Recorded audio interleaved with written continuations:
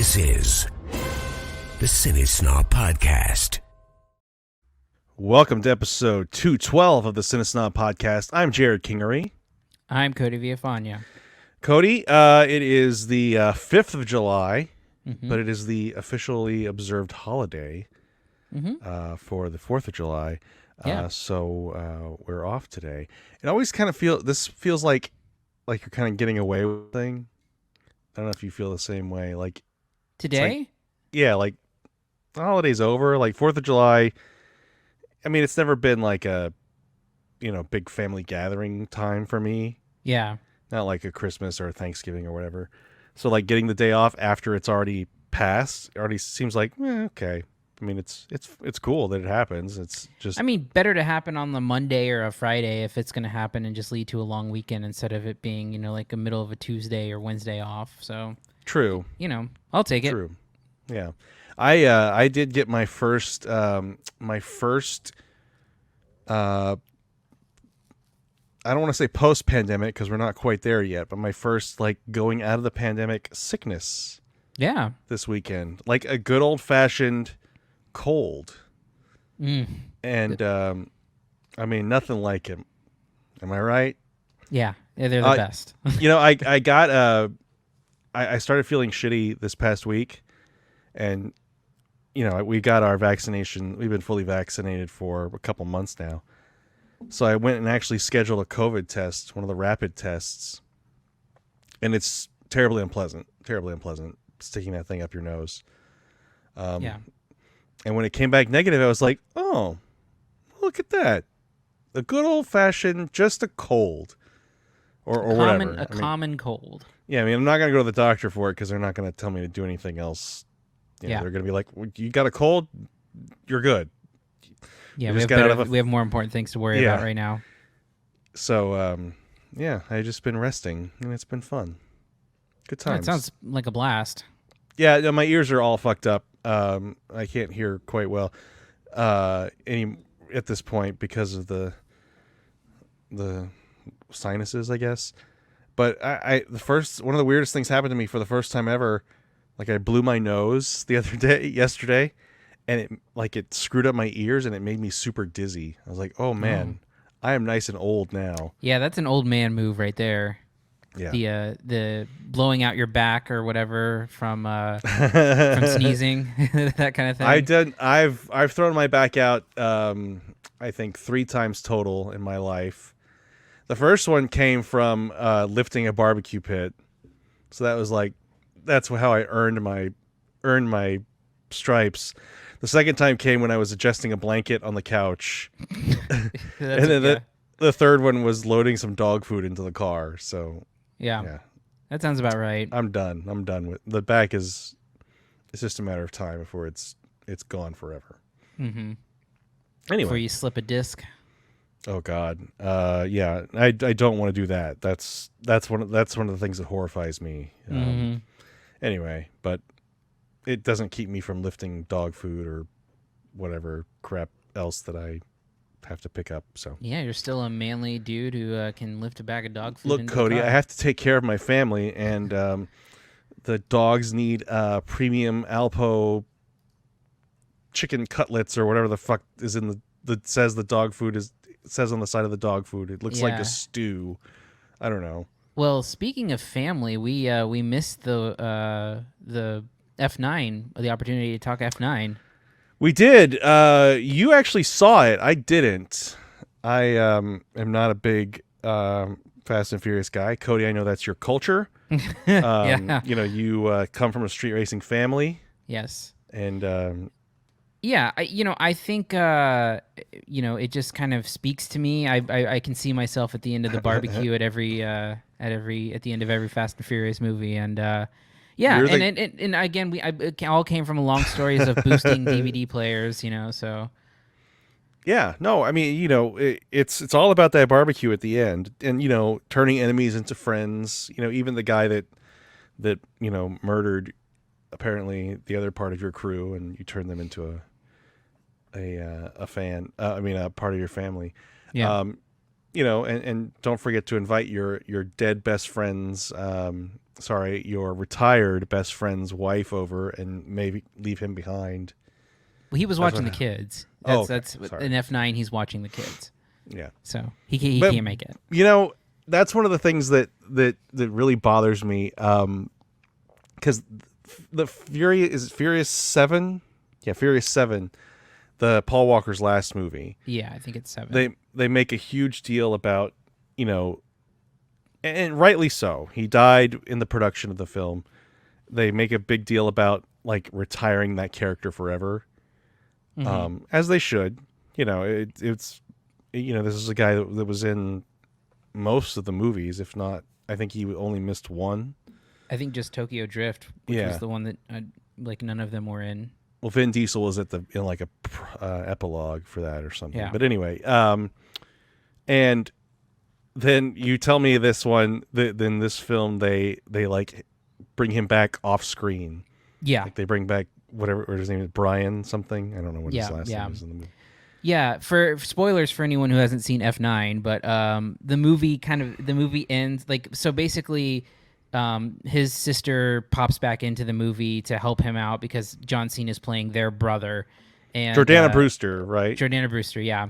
And so they say that so Brian is watching both their kids and then Dom and Letty's kid as well, and then at the end it ends with the barbecue like it always does, and they're saying, and then someone says something like, we can't get started yet, and then you hear like an engine revving, and then some like, Honda Civic with a spoiler or whatever pulls up into the parking lot, and then it just fades to black. So that character's not only alive, but they were teasing he showed up to the barbecue and stuff. So why can't I don't understand that. Why can't they just like leave him be?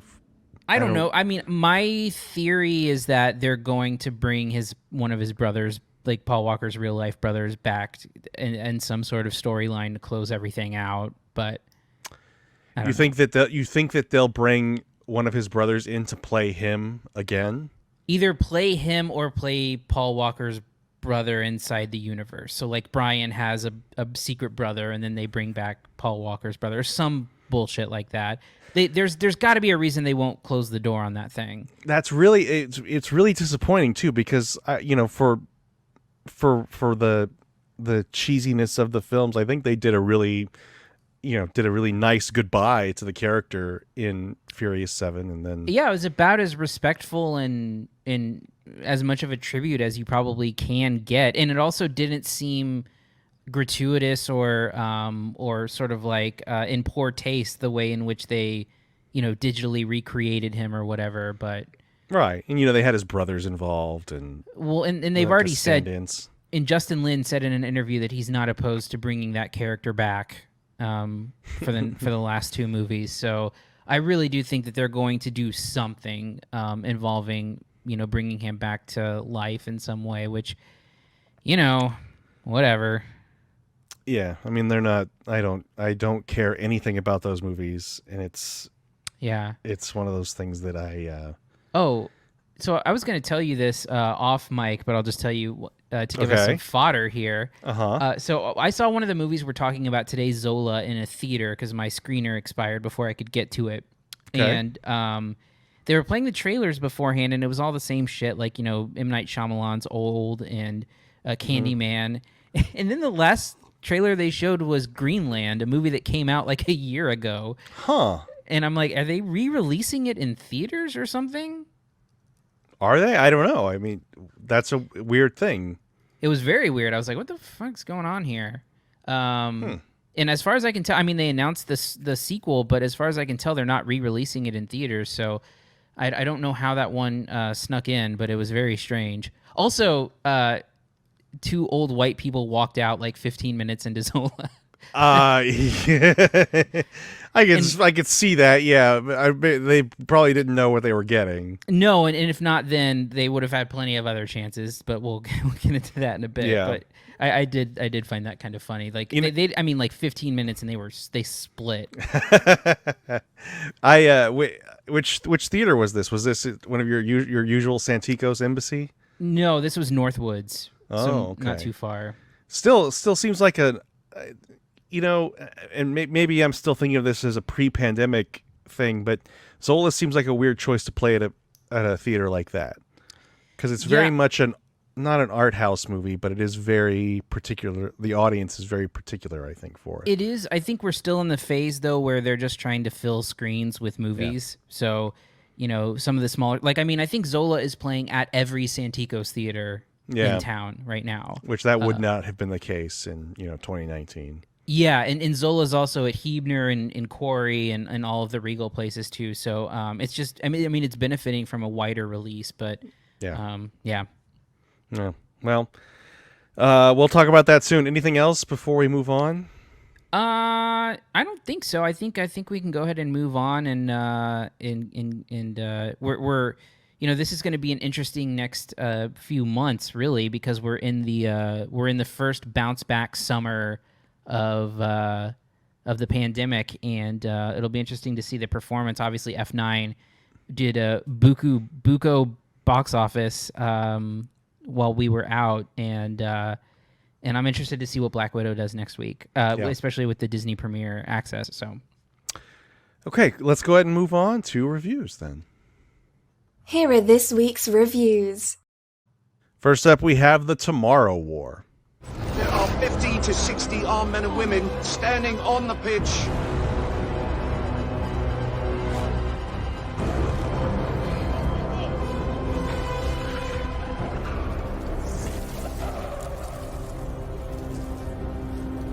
You're tapped in. Good copy. It's okay.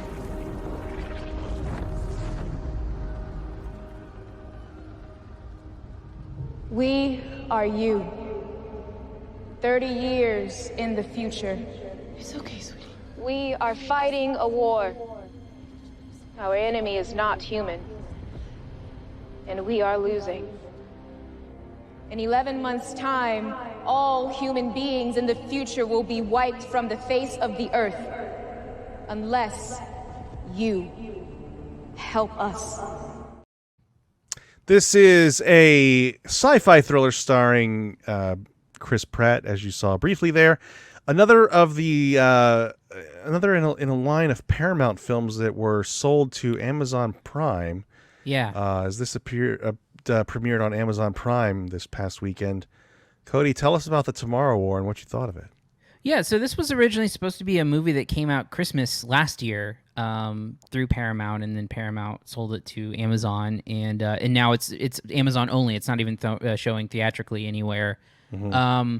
And it's a bit of a hard movie to describe without getting into spoiler territory, I think. And it's a little bit hard to describe anyway because I think it's a bit of a mess. But essentially you have, like you saw in that clip there. There is some people come from the future into present day and kind of say, hey, we're in a war that we're losing and we need people to come with us into the future to help us fight the war. And Chris Pratt plays like a teacher who's ex-military, who sort of gets drafted to go to the future. So basically the way that they're having I believe they said that like people volunteered first and then they had to start drafting people to go to the future to fight the war.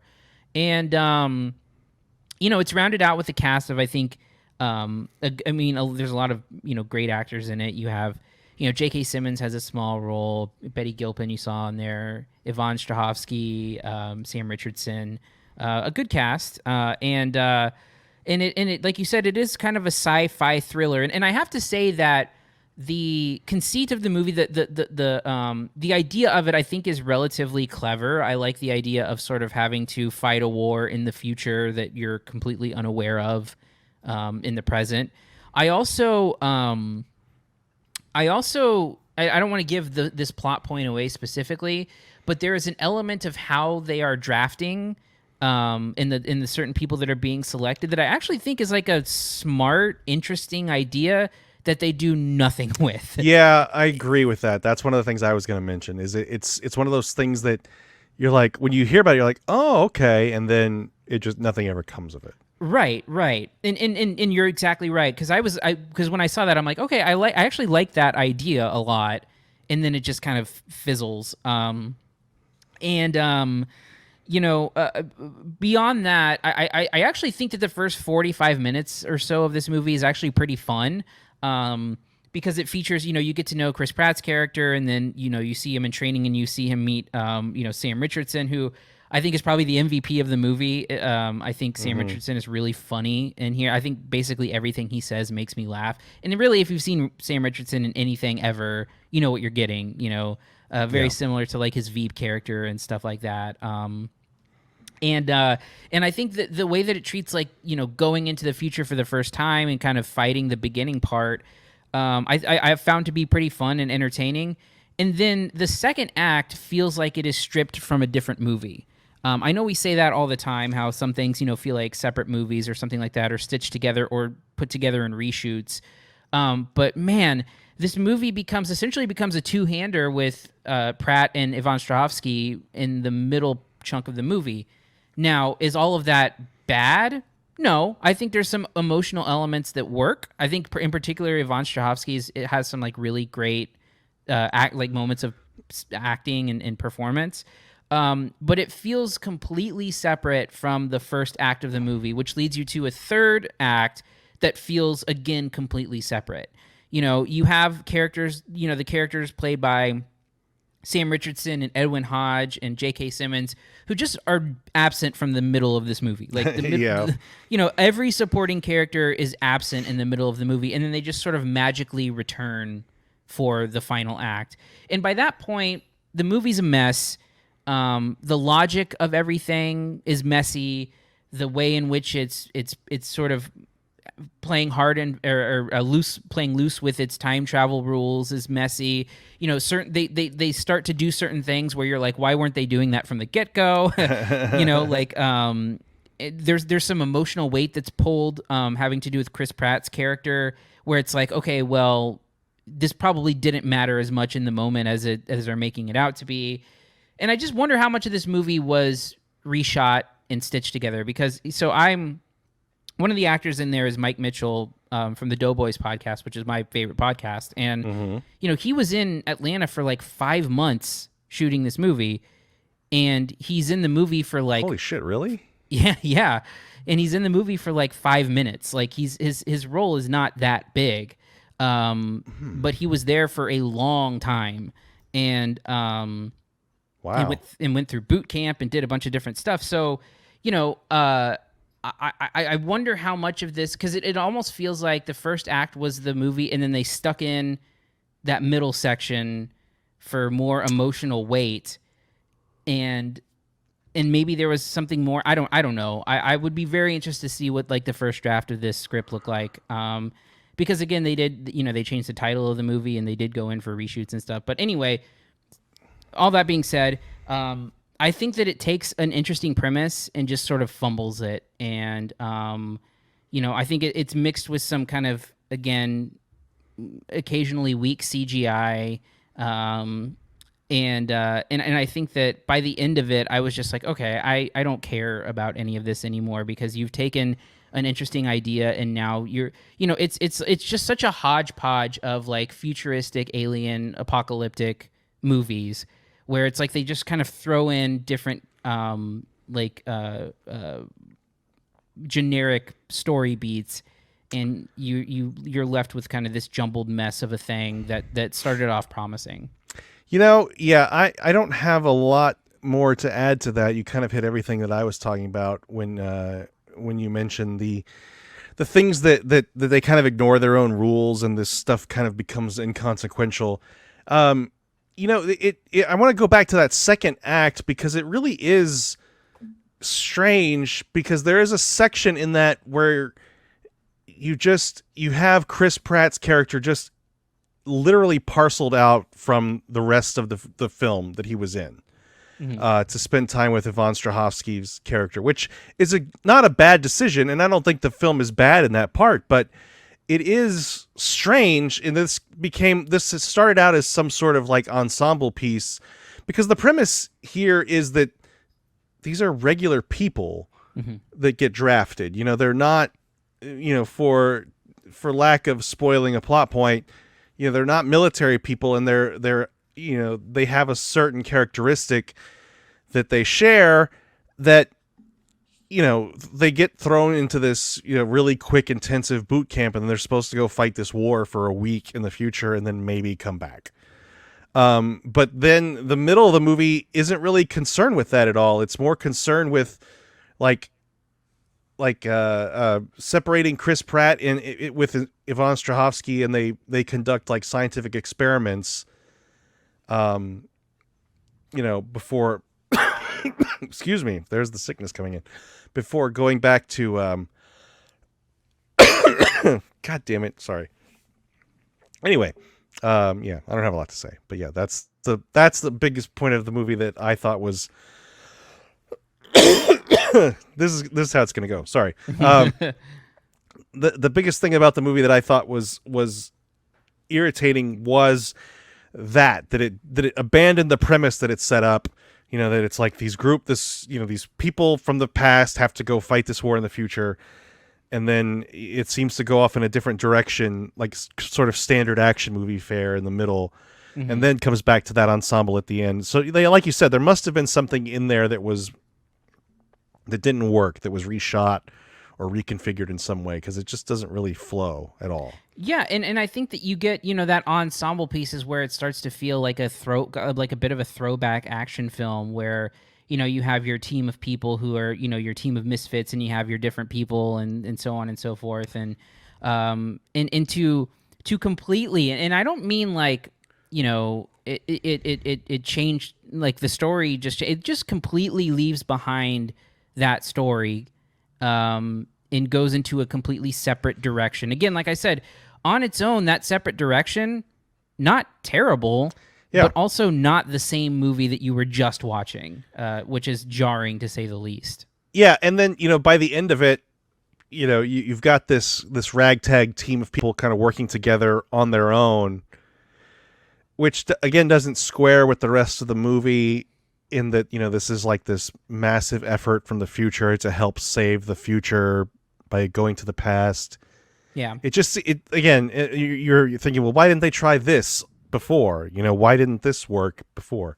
I don't think it's bad, and I don't think it's a total misfire, but I think that there's just a lot of stuff that really cripples the movie along the way. Mm-hmm. Anyway, what's your grade for the Tomorrow War? I got to give it a C. I was close to a C plus, but the last act of the movie, the way in which things fall apart, and especially with what it started with and what the premise was, I feel like is just a big whiff. So yeah.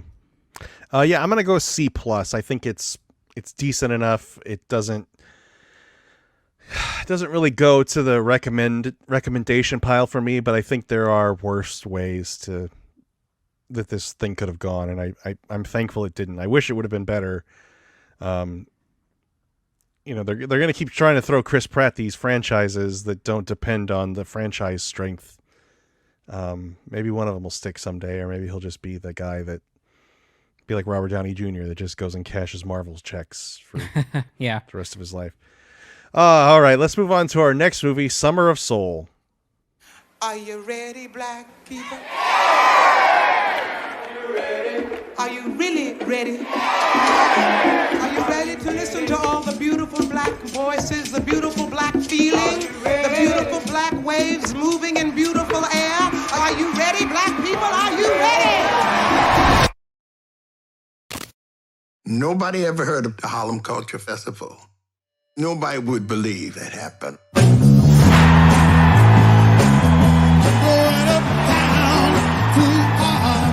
6 weekends of major artists. The Panthers were the security and kids were sitting up on the trees. I was nervous. I didn't expect a crowd like that. Something very important was happening. It wasn't just about the music. 1969 was a change of era in the black community. The styles were changing. Music was changing. And revolution was coming together. We are a new people. We are a beautiful people. I got to say one thing real quick. Thank you to Hulu for putting clips of this film on EPK TV, which is where I get the clips for this film. but they only put musical performances, which are beautifully shot and sound amazing. They're gonna get me flagged. They're gonna get us flagged on YouTube. We can't put those up because it's just YouTube's gonna be like, you got a song in there. Sorry. So I had to pull this trailer. But anyway, this is a musical documentary directed by Questlove, of course, from The Roots. You see him on Jimmy Fallon, pretty much everywhere. He was the DJ for the Oscars this year. Cody, tell us about Summer of Soul and what you thought of it. Yeah, so I'll kind of give you the bulk of this because I have not seen this in 6 months. I watched this at Sundance back in January, where it won, kind of swept the documentary categories, and so essentially it's a documentary about the Harlem Culture Festival, which happened in 1969, the same year as Woodstock happened. It happened over the course of 6 weeks, 6 weekends, and it sort of was a, kind of like it was a music festival, yes, but it was also a signifying moment in history that kind of really was representing, Black culture, Black music, in a bit of a tense time in New York. As they kind of described in the film. And so I think the most important characteristic of this documentary is that this footage was all shot professionally and then sat in a warehouse or whatever for 40 years, and nobody had ever seen it before. And so right off the bat, Questlove is given a gold mine, and it's hard to mess up, I think, this treasure trove of unseen footage that's all really great. And you have performances from Stevie Wonder and Sly and the Family Stone and Gladys Knight and the Pips, and a lot of different I think B.B. King is in there, Nina Simone. You have a lot of great musical performances, and I think the Questlove benefits from two things. One, he benefits from great footage, and two, he benefits from the idea that the performers that were there, much of them are still alive, and they're able to also watch the movie or the footage for the first time in 40 years and comment on it and talk about what it was like for them. And I think, it's probably more than 40 years. I don't know why I keep saying 40 years. It's probably it's 50. It's 50. 69 is 52 years ago. Yeah. And so you have, and I think there's a great balance here of musical performance and commentary. People talking about what it was like, introducing the musical performances, contextualizing it, and again, just the way that, it was very professionally shot. So it like you said, it sounds amazing. It looks amazing.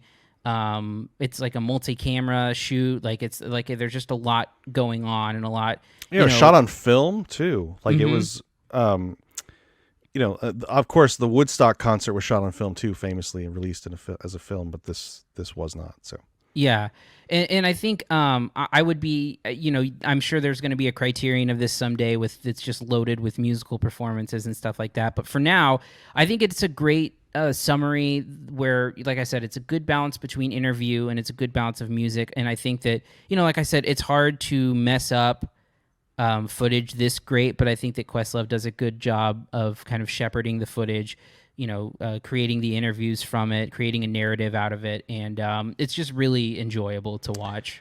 Yeah, it's a lot of fun to watch, and I think one of my favorite moments was when you see Fifth Dimension come out to sing Aquarius / Let the Sunshine In, and the idea, like Marilyn McCoo talking about how no one really thought they were black, hearing that song. I mean, it did come from the musical Hair, and they recorded a version of it, but just the idea that she was that they were surprised when there was a black woman singing, entirely black, 5 black people singing in Fifth Dimension. One of the things that I thought was most interesting was the idea that it was shot for some sort of release, and I wish the movie had gone into this more. It's the one kind of disappointing thing I have about the film have about the film is, this was shot for release. It's in some form or fashion, and they don't really ever. They say that whoever the producer is talks in a voiceover near the end that no one wanted to buy it because it was it was a black quote festival. I just feel like I wish that story was explored more, like why it sat around for over 50 years before being discovered. Because these are all like legendary performers that they're interviewing. I don't know who else filled out those other weeks, people that maybe you don't know or maybe that aren't as recognizable. But you've got Stevie Wonder in there. You've got the Gladys Knight and the Pips, again, Fifth Dimension, Sly and the Family Stone, B.B. King, the Chambers Brothers, just all kinds of these legendary 60s acts. Like you said, that a lot of them are still alive. And I feel like there might be more of a, I feel like, and if there's not, then there's not. I just feel like there might be more of a story as to why this thing just sat around unreleased. Mm-hmm. And if maybe the significance of that moment wasn't necessarily, was kind of lost on the people at the time, because this was, if you listen to the part of the film talks about this being the third annual version of this Harlem Cultural Festival. So I wonder if there was something that made people think that this was just not special, other than the, the implied, and not implied, but stated kind of racial bias toward the performers. But that's kind of a fascinating thing to me. Like, this thing was produced out so well, it's not widescreen like the Woodstock film is, but it is shot very well, and the sound recording is almost impeccable. Yeah. For the time, and I feel like there's maybe some other story as to why this just was not released. Not some other story, but a deeper story that I'd like to know more about. Mm-hmm. But it's a great movie, and I think there's not really a lot to say about it other than if you love musical documentaries, I think this is one of the better ones I've seen in a while. It's almost full performances from these groups too. Mm-hmm. Like, it just. Yeah, they really let the performances breathe, which I appreciate. If it's like I said, you've got to really contextualize it, and I think that they do a good job of allowing that. And I loved hearing that people like reflect back on seeing that footage for the first time. And kind of reflecting, and like you said, that Fifth Dimension anecdote about that moment in time. You would like if it was just the concert footage, you would never understand that piece of it. And I think it's a great addition to the footage. And one thing I thought was interesting is one day of the festival took place like during the moon landing, the first moon landing. Yeah. And there's people they're talking to people like, which do you think? Like, they're saying like, well, this is more important to me than the moon landing. Like, I don't care what the moon landing. Just the lack of care in it was very funny. Yeah. Anyway, what's your grade for Summer of Soul? I'm giving Summer of Soul a B+. Yeah, I think myself too, a B+. It's really enjoyable, and I think it, like you mentioned, the context to go with these performances is really what makes it. If it was just the music, it'd be great, but I think the context behind everything really drives it home. It's available now on Hulu if you want to watch it. All right, let's move on to our next movie, Zola. Hey, last month I went dancing at this cute spot in Florida where my roommate's girl made like 5 G's a night. Because of my We just met yesterday and you're already trying to take whole trips together? Be ready by 2. Hi, bitch! You want to hear a story about how me and this bitch fell out? It's kind of long, but it's full of suspense. You want to go somewhere with me? That's my place. Shut it so bad. Dear Heavenly Father, we are asking you a special prayer today. We asking you to send us niggas. Send us niggas with culture. Send us niggas with good credit. What brings y'all here? We making shmoney. Money, titties. From here on out, watch every move this bitch make.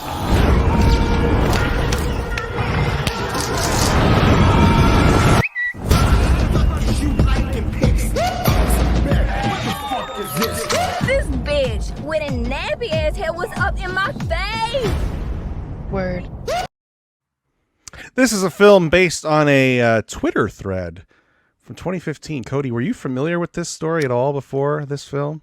I was not. I'm not that online to have been part of this.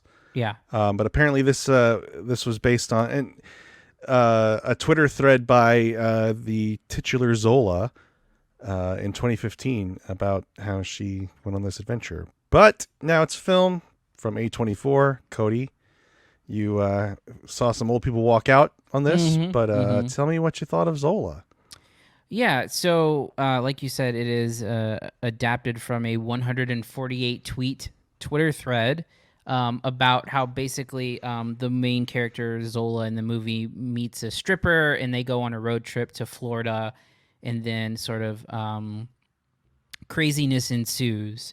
This is very much a it's an A24 distributed movie, and it feels like that. It's really energetic. The filmmaking is sort of like that kind of, in my opinion, kind of like the ADD filmmaking of like a lot of, random stuff, and a lot of changes in visual styles, and a lot of change in like big narrative shifts or perspective shifts. And I think the thing that I'll start with the thing that I think works, which I think are the performances are all pretty good. I think in particular, Riley Keough is good in this role too. I think she's good in mostly everything I've ever seen her in, but this is a very different performance for her. I think that Taylor Page is good as well, and I like Coleman Domingo. Nicholas Braun, I'm not quite sure about. I think he served his purpose, but Nicholas Braun kind of has one gear. I don't know if you seen Succession? I haven't seen Succession, no. And okay. We've got two big Succession actors this week, and I need to catch up with it. I need to watch it. It's great, and Nicholas Braun is great in Succession, but it's again, he has kind of one gear. But look, I mean, I think if anything, this movie sort of proves why adapting a movie from a Twitter thread is maybe not the best idea, because to me, it's like hearing someone tell a story that they think is crazy but ends up not being so crazy. I actually think that I was waiting for like I'm waiting for like an hour for this story to kind of kick in a little bit. And I don't know that it ever does, and I don't know that it ever reaches the heights of craziness that that is sort of promised by its premise. I think when I went to lunch after I watched the movie, and I sat there like reading the Twitter thread, and I read to like 2/3 of it, and I think the idea behind the Twitter thread that was crazy is that this woman is recounting a story, and she's the audience of it, so she's watching it observe, she's commenting on how crazy things are. And in the movie, I think the big mistake that it makes is that it doesn't really have a framing device that stays consistent, but also allows the Zola character to react as live commentary as like the Twitter thread is. You're just kind of there with her. And so many shots are just sort of like Taylor Page looking blankly and not even reacting to anything. She's almost like she's vacant a little bit. And I don't know that really works for what this movie's trying to accomplish, which is it's supposed to be this like, holy shit, can you believe this is real story? And I don't know that it ever gets to those heights. I mean, I don't think it's zany enough. And I also I think it's missing any kind of commentary too. I don't really think it has anything to say other than just kind of telling this story. And it's just almost nothing about this worked for me. I had a pretty bad time with it, honestly. I'm okay with a lot of it. I kind of know what I'm getting with an A24 film at this point, for better or worse. And I think this was one of those that kind of fits that formula, as you might expect, this sort of shifting perspective and kind of wild narrative and really stylized filmmaking. Again, I do agree with you, though. There's not really a lot here that shocked me. I didn't feel like anything was too crazy, especially when the character of Zola is already a stripper. I think that really kind of tamps down any of this sort of, that a stripper would be in sex work isn't really a shock. I mean, the line from being a stripper to being a paid escort, I don't think is one that surprises a lot of people. And I don't think it's one that necessarily needs to surprise a lot of people. I don't think that anyone's really taken aback by that. And again, the circumstances of it, like you said, don't really come across as too crazy to me either. No. And it only starts getting crazier. But again, like, it's big crazy moment. Like, if you read the tweets, it's like, can you believe this shit is happening? And at no point does Taylor Page's character ever, ever express that sort of sentiment of, holy shit, I can't believe this is happening. Like, it's almost as if it's played off as if it's just another day in the life of these people. And that's not the purpose. That's not why this thing went viral. This thing went viral because, people saw it as a, wow, this is a crazy, crazy story. And I think as you watch it, it just doesn't really pop in the way that I think it probably needs to. I don't quite get it. It's weird, and it's weird for the sake of being weird, I think, because at one point the narrative shifts to Riley Keough's character's point of view, which I don't really understand what that was about. Yeah, I don't know. And then you've got Coleman Domingo's character, who all of a sudden like starts talking with an African accent at times. Mm-hmm. I don't understand what that's about either. It's like this weird non sequitur thing.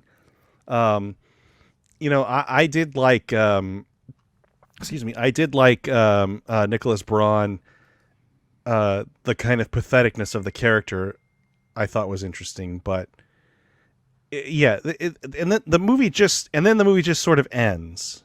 Mm-hmm. Like there's no real sort of climax or resolution here. Yeah. I don't know. I don't quite get it. I don't quite get what the movie was going for. I don't think it's bad. I don't think it's, I don't think it's poorly made or anything. It's just, it doesn't really seem to ever drive its point home for me. Yeah. Anyway, what's your grade for Zola? Yeah, again, I wasn't into it at all. I don't really understand a lot of the positivity that's coming out of the film. So for me, it was a C-. Wow, look at you. I'm going to give it a C+, just because I can't quite 100% recommend it. I think it looks interesting, it sounds interesting, but it just doesn't quite grab me like it should. Anyway, let's move on to our last movie, No Sudden Move. So what's the score? We're sending a man that works in an office to pick something up. You are part of a babysitting team watching his family while he does it. Good morning. Everything is normal, except... What do you want? Is that something you'd say? Normal Monday? I'm gonna shoot you right now. Can I go home now? Wait at the house after. What do you mean after? Right off of your feet. What is going on? What's going on, big guy? Yeah, what are we doing? We're following instructions. Are you helping me or are you not helping me? No. Thank you. Set up, man. God called me, offering me $10,000 to turn you in. 15 for the white guy. Think you're the only one that can make a move? I can make a move, too. I have the keys. I like to listen to the radio.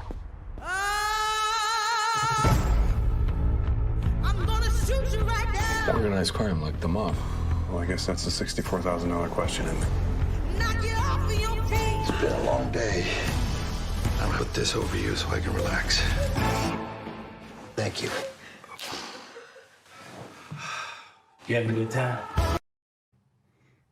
This is a film by Steven Soderbergh that premiered on HBO Max over the weekend. It kind of took us by surprise, or at least me by surprise, that it was actually being released. But that's Steven Soderbergh for you. He makes like 2 films a year, and yeah, sometimes they're shot on iPhones. And yeah, well, this is like his 7th or 8th movie that he's made since retiring. If you remember, back in 2013. He announced his retirement, and then months later, I think, made The Knick, and then after that, just went full back into making like 2 films a year.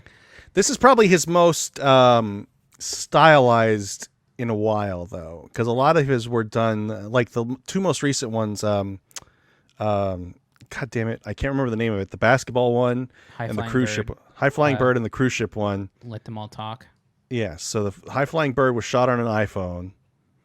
Let Them All Talk was shot on a cruise ship with like natural lighting and like almost improvised dialogue. Yeah. This one is a period piece, so there's obviously a little more that goes into it than that. So tell us about No Sudden Move, Cody, and what you thought of it. Yeah, well, I think for better or worse, Soderbergh's stuff has been interesting over the last few years. I loved High Flying Bird. I really liked, more than you and Jocelyn, I liked Let Them All Talk a lot. And even stuff like Logan Lucky was fun too when he made that. Side Effects is fun too. And I appreciate that he takes this really, he does it under pseudonyms, but he, shoots and edits his own movies as well. And this is no exception. He shot and edited this movie. And like you said, it's a period piece that's taking place in, I think, the 50s, in 50s Detroit. And, again, stacked cast. You have Don Cheadle, Benicio del Toro, Brendan Fraser's in it, John Hamm, David Harbour, and a couple others. Kieran Culkin, as you said, there's a Succession connection there.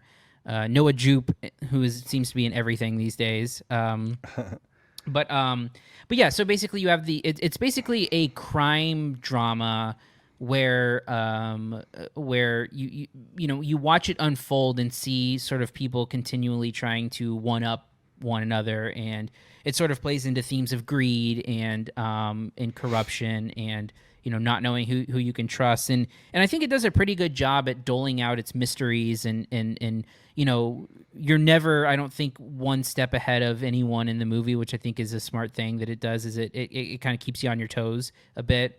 I think across the board the performances are really great. Del Toro, as usual, does a lot with little, and kind of creates a really lived-in character. Cheadle's really solid.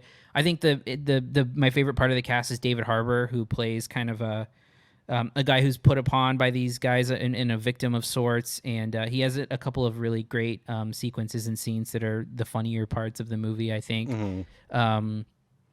I actually found myself really enjoying it for the first hour and kind of enjoying watching this self-contained world play itself out, because you're clearly seeing someone behind the scenes is playing chess, and these are all pawns in a giant chess game. I think where it starts to lose steam is what the movie ends up being about at the end of the day, because I think that it's like when the cards are out on the table and it finally reveals itself and it finally reveals what everyone is sort of like going after, and then finally like the text on the screen at the end of the movie, I'm like, really? That's what this was about? Like, well, yeah, I mean, it's based on a true story, based on not that this actual heist took place, but the conspiracy that's at the heart of it was a true story, and it's like a weird business conspiracy thing. But it's so not relevant to the rest of the movie. That could have been anything at that point. But there are little crumbs that get dropped if you and to be fair, I read this after the fact. Okay. I don't know Detroit after. I don't know 1950s Detroit that well. But there's some crumbs, something about redlining, black neighborhoods. That's the Don Cheadle's character talks specifically about wanting to get a piece of property back. Mm-hmm. There are some things that get dropped in there that hint toward other things, but you're right. It doesn't overtly play into the rest of the film. Yeah, and I think the movie again. I don't know how he fell into it or if he even enjoys it, but the Soderbergh sort of heist thing where, the movie I think plays out again in a very heisty way. I think the music is really fantastic. And the music is from David Holmes, one of his collaborators who did like all the Ocean's movies and Out of Sight and all that stuff. And I think the music really plays into that well. I think it looks really nice. I think Soderbergh maybe goes a little far with the lenses he uses, creating like it's like a weird wide angle lens. Yeah, like borderline fisheye lens that he's using that kind of creates weird, like on the edges of the screen you see kind of oddly shaped people. There's great, again, small performances in here sprinkled throughout. I think Ray Liotta is good, and it has an appearance from the king of cameos, it seems these days, who's in the movie, in a part that I enjoyed, because I enjoy when he shows up unannounced in movies a lot. All in all, I think it's enjoyable. I think that the plot becomes a little convoluted in its final act, and I think that there's one thing that happens with Benicio del Toro's character where I'm like, this was too far. I don't think this movie needed that. And I actually was not super happy with the way that played out. But aside from that, again, I enjoy Soderbergh's work in this period of his career, and I like that he's just kind of, it's a volume game for him because not everything hits. I mean, I never saw it, but The Laundromat was super poorly reviewed. Let Them All Talk. I liked it a lot, but I know a lot of people did not like it a lot. And I just appreciate that he's just kind of going for it and making a couple movies a year, because I think at the very least he's an interesting filmmaker. I think that he makes interesting movies that look good, they look interesting, and he cares a lot about the craft of filmmaking. So, for a movie that I had no idea was coming out until Wednesday, I think that it was one of the better ones of the pack for sure. Yeah, I watched this movie after I watched Zola, and I was curious to think like what Soderbergh would do with a story like Zola. Like, I feel like he could have handled it a lot differently in a way that I would have preferred. Not to take anything away from the director, but I think that's kind of the twisty logic that I'm looking for in a Soderbergh movie, and I think this one has it to a point. Like you said, I think by the end of it, I was really confused as to what had happened. Look, so the MacGuffin in this movie is like the plans for a catalytic converter, which is not the most exciting thing in the world, but it's a big deal for auto manufacturers and for pollution, replacing carburetors, et cetera, et cetera. So it's a little dense in that respect that if you don't really know anything about this, it doesn't really make any sense. Mm-hmm. It doesn't really, like, you're like, why, who gives a shit about the plans for an exhaust system of a car? Like, why is there murder involved and or potential murder and things. So, it might not be the clearest narrative, I think, that it needs to be, or as clear a narrative as it needs to be. And I think, like you said, there is, like, Benicio del Toro's character has one twist, I think, too many. Mm-hmm. And I think I know what you're talking about. Yeah. There's some really great performances, I think. David Harbour has, again, one of the funniest scenes in the movie. There's a scene where he's talking to his boss. Yeah. That I loved. I'm not going to give it away. There's a scene we play in the trailer also with Benicio del Toro. While that scene with David Harbour is happening, he covers the woman up with the blanket so he can relax. Like, that was a really funny scene too. At the end of it, though, I think it got a little darker than I expected. And not really sure what happened as to why certain characters ended up having the fates that they did. Mm-hmm. So yeah, I don't know. I don't know that it all holds up at the end for me. I might need to watch it again to understand everything. But watching it through the first time, I didn't quite put everything together by the end. Yeah, if that makes sense. Sure.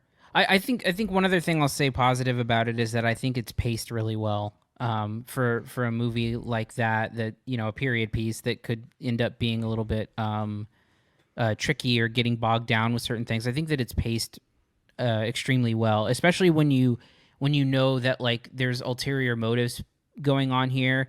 I think, like I said, I think it just tries to outsmart itself one or two steps too many. And I think it needlessly complicates certain pieces of it as a result. Yeah.